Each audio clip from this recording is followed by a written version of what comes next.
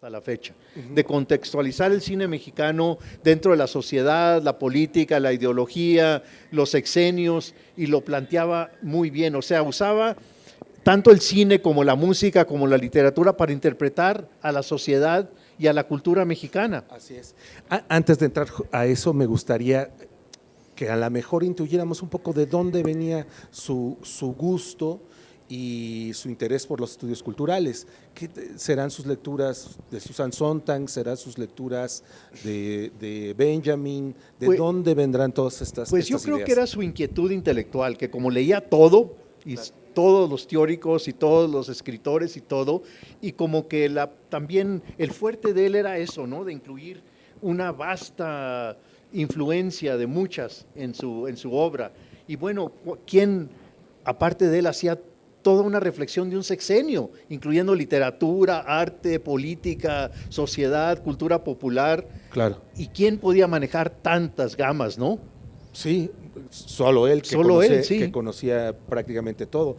Ahora, ¿tendrá también una pequeña influencia de este trabajo que hacía Novo sobre los sexenios? Es decir, pues de Novo hablar... era una figura muy especial para Monsiváis, ¿no? Como sabemos. Sí. Entonces yo creo que sí, porque se acuerda esos tomos de Novo que eran sexenios. Sí, ¿no? Yo creo que Carlos seguía mucho por esa línea. Por esa línea. Muy bien. Ahora sí, sobre los ensayos que vemos aquí.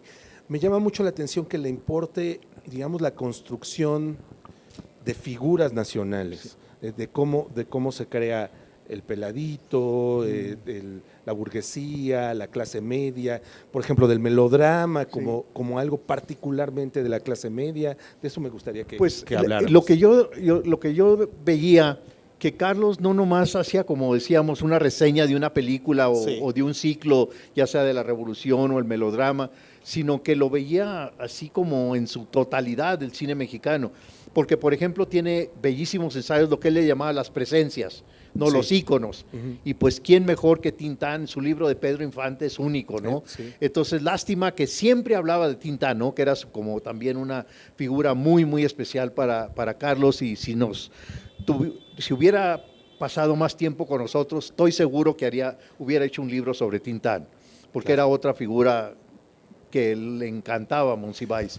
Pero mire, los ensayos que tiene, que son unas reflexiones que todavía cualquier estudioso del cine mexicano tiene que comenzar con ellas, sobre la Doña, sobre Gabriel Figueroa, sobre el Indio Fernández, sobre Pedro Armendáriz, Cantinflas, todos ellos que en esa serie que publicó en Intermedios, son fabulosas, ¿no? ¿Qué veía en estas figuras? ¿Qué le interesaba específicamente?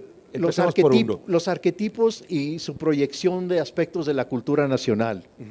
Como los rostros, ¿no? Que todos hablamos de los rostros. También tiene ensayos muy padres de Dolores del Río, de la Doña, y también definía mucho más analíticamente, que se habla en general de los rostros y que sentaron la belleza del cine mexicano y de México en ese momento. Pero entonces Carlos iba más para allá y decía, ¿por qué decíamos eso, no? Sí, porque lo que hacía era un poco configurarla, es decir, no solo era el asunto de que María Félix o Dolores del Río fueran bellas por sí mismas, sino que de pronto se convertían en la belleza mexicana, en nuestra idea de lo que era una belleza mexicana. Eso es también lo excepcional de Carlos, que nos interpretaba, no nomás nos narraba, ¿no? Nos daba una explicación de un mito, una explicación de un tema, una explicación de una figura. Como decía el Peladito, el Pachuco, que tiene cosas sensacionales sobre el Pachuco, y los orígenes y todo esto. Supongo que Tintán le interesaba precisamente por esta cultura chicana. Sí, porque él decía que era muy auténtico, Tintán, y muy original, que él trajo la cultura fronteriza aquí con dignidad, que era la diferencia de otros que la usaban para ridiculizarnos o a costa de nosotros, esa comedia. Y Carlos, y nunca encontráramos un ensayo burlándose de nosotros, ¿no? Igual como Tintán. Tintán nunca, ni en sus películas, ni en sus comedias y sus skits, ni nada de eso, usaba su comedia a costa de nosotros. Claro. Me gustaría que trabajáramos una de esas figuras, por ejemplo, el ensayo de María Félix, que viene aquí en en este libro. ¿Qué veía Carlos en María Félix? ¿Qué le importaba de María Félix? Pues yo creo que también lo diferente de Carlos con otras figuras críticos, estudiosos, analistas, él que las conocía, era amiguísimo, como sabemos, de la doña. Muchas veces me dijo, oye, pues vamos a tomar un café con María Félix o vamos a ir a su casa a visitarla. ¿Y fueron? Sí, una vez logré ir Cuénteme. con él. No, pues fue sensacional, digo, porque pues yo, digo, María Félix siempre la veía así como una figura legendaria y todo, pero nunca creí que iba a tener la oportunidad de conocerla. Y gracias a Carlos, que como sabes, Carlos era muy amigo de ella, Sí. también como, digo, es que era de todos, ¿no? Como le interesaba todo, desde la alta cultura hasta Gloria Trevi, hasta todos esos, y a todos los conocía y con todos Claro. hablaba y todos los tomaba en cuenta y genuinamente sabían que los respetaba mucho, Carlos. Sí, que los respetaba y que no se sentían estudiados también. Sí, pero no estudiados como un científico hacia un objeto, ¿no? Estudiados como una figura y una persona humana. El primer texto creo que es el que se saca del libro del Colegio de México, Sí, es absolutamente genial, porque en realidad es una especie como de genealogía del nacionalismo mexicano a través del cine, Sí. no al revés, no el cine como otra, digamos, de las expresiones del nacionalismo, sino realmente la construcción de figuras míticas y la a cultura través nacional a través del cine, ¿no? del cine. Sí.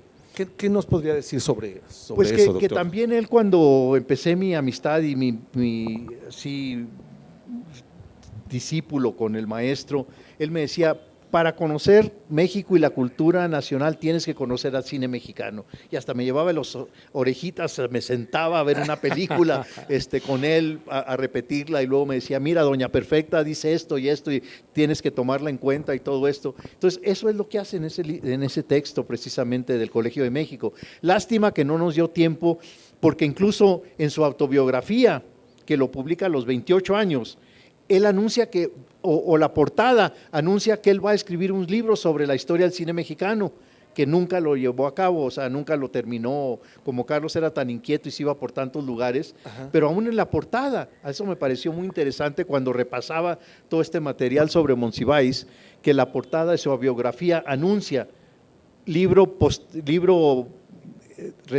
que Carlos publicará posteriormente, Próximamente. es la historia del cine mexicano. O sea, en algún momento tuvo Sí, esa la inquietud de hacer, y yo de creo que hacer. ese ensayo fue lo más cerca que llegó a hacer eso. Sí, y pudo conocer su videoteca. Sí, claro, no, pues yo aquí, Beatriz, será testigo de cuántas veces pasé y cuántos días, tardes, mañanas, noches en San Simón. Ahora tenemos el privilegio de que podemos conocerla en la Cineteca, de que podemos ir a la Cineteca Sí. y ahí está, buena parte o completa, Beatriz. Completa. Está completa la biblioteca de Carlos y ahí podemos ver. Porque finalmente es ver a Carlos. Ya vemos las películas, gracias a estos ensayos además, a través de la mirada de Bueno, y de fíjese, Monsiváis. usted me preguntaba sobre cuando iba Carlos a Estados Unidos. Sí. Yo ya sabía que iba a tener que pasar casi un día entero llevarlo shopping. Y entonces era shopping a libros, a música y a películas. ¿Y qué No, también una gama, pero es lo que era increíble de Carlos, todo, o sea, todo quería ver y todo quería comprar. Y a veces me pedía que le consiguiera tal película que no la había visto o que no se acordaba de ella. Me acuerdo de una de guerra, de la Segunda Guerra Mundial de John Wayne, The Flying Tigers, ¿no? Del escuadrón ese muy famoso. Sí. Y no la podía conseguir Carlos y me pidió que se la consiguiera. O sea, que sus gustos eran tan variados que hasta una película que pues no es tan importante ni tan gigantesca en la historia del cine de hollywoodense, hasta esa les importaba. Era su Amazon antes de que existiera Fácil. el Sí. Amazon. Le gustaba toda clase de cine, incluso, digamos, Pero fíjese que, déjeme interrumpirlo, no era gran fan del cine contemporáneo mexicano. Esa es una de las cosas que Ignacio Sánchez Prado lo pone por ahí en alguno de sus textos. ¿Por qué no le gustaría o por qué no le gustaba? Estaba muy desilusionado con la calidad y los recursos que se invertían y que no veía el tipo de cuestiones novedosas, de cuestiones a la altura de cines de previos.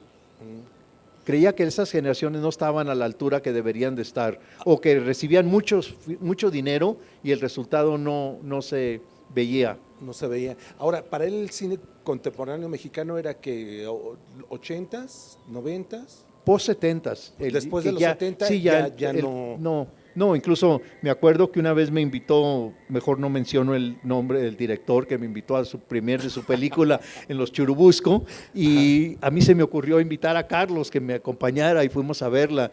Y me dijo, que lo narro en el libro, jamás me vuelvas a hacer esto en mi vida, nomás qué porquería y qué pérdida de tiempo. Te estoy diciendo que estás tú absolutamente perdiendo tu tiempo y regrésate a la época de oro. Claro. Ahora lo irónico y lo triste para mí es que estoy haciendo un libro sobre la época de oro y Carlos no está aquí. Claro. Que por fin le iba a dar la razón y decirle, tenías toda la razón y estoy enamorado de la época de oro y quiero ya nomás dedicarme al estudio de época de oro, que me dijo que por ahí debería de haber seguido toda mi trayectoria de investigación. ¿Qué le llamaba la atención de ese cine en particular? Ante todo que él decía que era el cine que había estado más arraigado al pueblo, más cercano del pueblo, por sus historias, por los temas que trataba, y que los otros cines se habían alejado mucho de la sociedad. Y que era una suerte como de construcción de ida y vuelta, es decir, el pueblo no solo aportaba, digamos, las historias que podían filmarse después en este cine, sino que el cine educaba, era una suerte como de educación sentimental, moral, ética, social, el cine que iban a ver en esa época. Bueno, y que estaba hecho para la familia, ¿no? El cine. Digo, se cuidaban mucho de la censura, pero aparte de la censura, estaba hecho cine familiar. Sí. En la época de oro, sí, porque fíjese, no había desnudos, no había violencia gráfica, no había este tipo de cosas. Pero no me imagino, por ejemplo, a la mujer del puerto ir con la familia, o si era Bueno, familiar. En eso tiene razón, pero era una historia muy conocida, ¿no? En México, digo, el claro. tema de la historia, o sea… Pero como era incesto y todo este asunto, sí, siento pero que más que prostitución, pues era tema muy vigente en México, ¿no? sí, de lo que se hablaba además en los boleros y Sí. que era un tema que se traía en todas partes, digamos, no era tan, bueno, no sé si era mal visto, pero en todo caso era bastante escuchado y visto en todo Pues yo caso, creo que ¿no? también lo que Carlos decía, que como sabemos todos, aunque todos nos critican que somos demasiado románticos con la época de oro y todo esto, pero todos el talento era increíble en la época de oro. Yo creo que también eso le fascinaba a Carlos porque escribió también sobre la fotografía de la época de oro, escribió sobre los guiones, los escritores, Mauricio Magdaleno, toda esta gente, y luego los directores. Y los extras le encantaban esa especie como de trivia de quién era el que estaba sentado hasta el fondo. Hasta eso se sabía. Hasta eso se sabía, Sí. ¿no es cierto? No, él te podía narrar toda una historia de cada escena en una película, sí. ¿Se la sabía de memoria? Todo se sabía de memoria. Podía Sí. actuar una escena, bueno, Sí. si no actuar, Y luego decirla. una fase pues que sí lo trato mucho en el libro, que pues no es tan importante como otras, pero a mí me pareció divertidísimo, que participó en 16 películas, digo en 12 películas como extra. Así es. Y como bit, así que sale, bueno, la más extensa es Los Caifanes, en donde sí salen en una escena muy larga, en Los Caifanes.